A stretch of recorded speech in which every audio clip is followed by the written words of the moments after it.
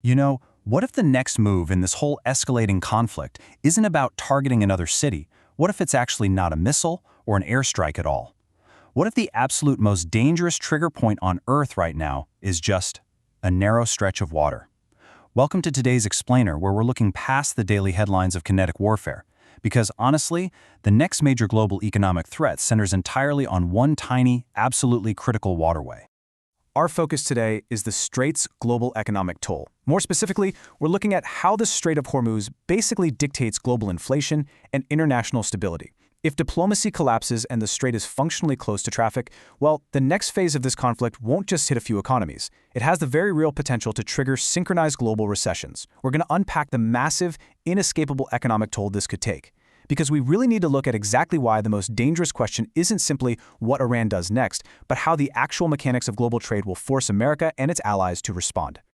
To truly grasp the scale of this threat, we have to look at the stark geographic reality of this choke point. Just 21 miles. The Strait of Hormuz might look like just another piece of ocean on a map, but strategically, it is one of the most vulnerable maritime environments on the entire planet. See, when you factor in the deep water channels that are required for those massive supertankers to safely navigate, the actual navigable shipping lanes are only about 2 miles wide in either direction. Literally just 2 miles.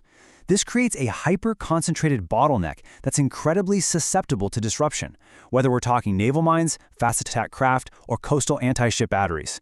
It is barely 21 miles wide, yet the geopolitical leverage it provides is absolutely massive. Let's put some numbers to this. Before the current escalation, roughly 20% of all global petroleum liquids consumption flowed directly through this specific choke point. Think about that for a second. That is a fifth of the entire world's supply completely trapped in a bottleneck. And here's the core problem. Overland pipelines across the Arabian Peninsula or even alternate maritime routes, they simply don't have the capacity to absorb that 20%. If this route is restricted, that supply doesn't just neatly reroute itself. It gets physically trapped. The infrastructure required to bypass Hormuz at scale simply does not exist, leaving the global market completely exposed. Let's dive into our first section, the ripple effect and economic shockwaves. When Hormuz is disrupted, the consequences travel with terrifying speed. The U.S. Energy Information Administration has modeled how conflicts disrupt oil flows, pushing desperate countries toward alternative suppliers. But tracking that disruption shows a timeline that moves from the water strait to the broader economy in a matter of days. Literally, days. The moment a credible threat emerges, maritime insurance premiums skyrocket overnight, basically freezing supply chains. Refineries panic buy whatever available stock they can find just to avoid halting operations. Shipping companies are suddenly forced to idle or take wildly inefficient routes. And that squeeze instantly bleeds into operating costs for airlines and factories, stalling industrial output. Finally, all those compounding costs land squarely on consumer energy prices. And hey, we aren't just speaking in theories here. We've seen how incredibly fast and violently oil markets react to the mere anticipation of these disruptions. When looking at the projections for 2026 disruptions, models show Brent crude swinging dramatically, hitting a massive peak of $118 per barrel in April of that scenario. $118? That represents a violent financial shock. And crucially, when prices spike that high, models show them eventually falling later in the quarter, but not because the supply issue is fixed. Actually, scratch that. It's because of demand destruction. The energy becomes so expensive that industries just shut down and consumers literally stop buying, forcing a broader economic contraction.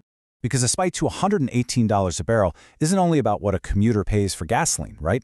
Energy is the baseline cost of everything in a modern economy. Higher energy costs immediately infect the cost of general freight and transportation. They drive up raw manufacturing costs, they inflate the price of agricultural production, and ultimately, the food at your local grocery store.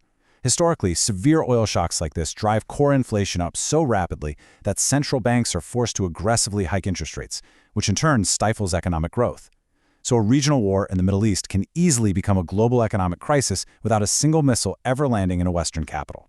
This brings us to the diplomatic window, a delicate equation. Okay, so as of August 9th, the geopolitical chessboard became highly complicated. Iran and Oman are reportedly close to an arrangement designed to create new shipping lanes through the Strait of Hormuz. But, you guessed it, there is a massive catch. Iran states that this agreement alone will not fully reopen the waterway. Tehran is demanding major concessions from Washington, and these are structural, foundational demands. We're talking about unfreezing significant foreign assets, lifting crippling economic sanctions, and shifting military positioning in the broader conflict. Basically, Tehran is leveraging the entire global economy to force systemic changes to U.S. policy. We have to neutrally look at the standoff defining this moment. On one side, Iran's stance dictates the strait will remain restricted unless Washington meets its demands for those major concessions on sanctions and military actions. On the flip side, the United States is demanding unhindered freedom of navigation, alongside preserving its own regional strategic objectives. The entire global market is watching to see if these two sides can find a deal. Because if diplomacy fails, well, the military option becomes fundamentally inseparable from the economic one. And in global finance, the mere anticipation of failed talks prices a massive risk premium into markets long before a single shot is fired. Let's look at America's dilemma: 3 risky paths. Washington essentially faces 3 paths moving forward. And honestly, in this strategic environment, perfect solutions just do not exist. There are only severe risk trade-offs. Path 1 is diplomacy, keeping the pressure on while trying to negotiate a reopening of Hormuz. The primary risk here? It requires Washington to make major political and economic concessions it staunchly opposes. Path 2 is economic pressure, adding more sanctions to force Tehran back to the table. The risk there is backing a rival into a corner, making negotiations virtually impossible. And Path 3 is escalation, a military operation to forcibly protect shipping. The massive risk here is the reality of asymmetric warfare. The strait's geography perfectly favors inexpensive drones, mines, and fast attack craft, making a military reopening incredibly costly, dangerous, and highly likely to trigger direct retaliation against American forces and regional partners. Finally, we turn to the widening war and cascading instability. If diplomacy runs out and shipping remains severely restricted, the resulting supply shock completely reorganizes the global hierarchy. Asian economies, which are deeply dependent on Middle Eastern crude, immediately feel the shock, halting their growth. European industries, already dealing with super complex supply chains, face cripplingly high energy costs that threaten their industrial viability. And here is a crucial economic reality to keep in mind. America, despite producing enormous amounts of energy domestically, is not isolated from this. Oil is a globally traded, fungible commodity. A massive supply shock anywhere instantly drives up the price per barrel everywhere. American consumers and businesses will absolutely be punished by the exact same price spikes as everyone else. Compounding all of this is the fact that the Strait of Hormuz is no longer an isolated front. The conflict is developing multiple interlocking pressure points. We're looking at instability spreading across the Gulf, the Red Sea, Yemen, and Lebanon, with recent Houthi attacks actively targeting infrastructure in Saudi Arabia. But perhaps the most telling development is the geopolitical realignment happening right in the background.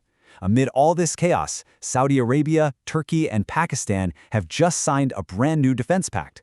This signals regional powers are actively hedging their bets and fracturing traditional alliances, which, severely complicates any leverage the United States might try to use.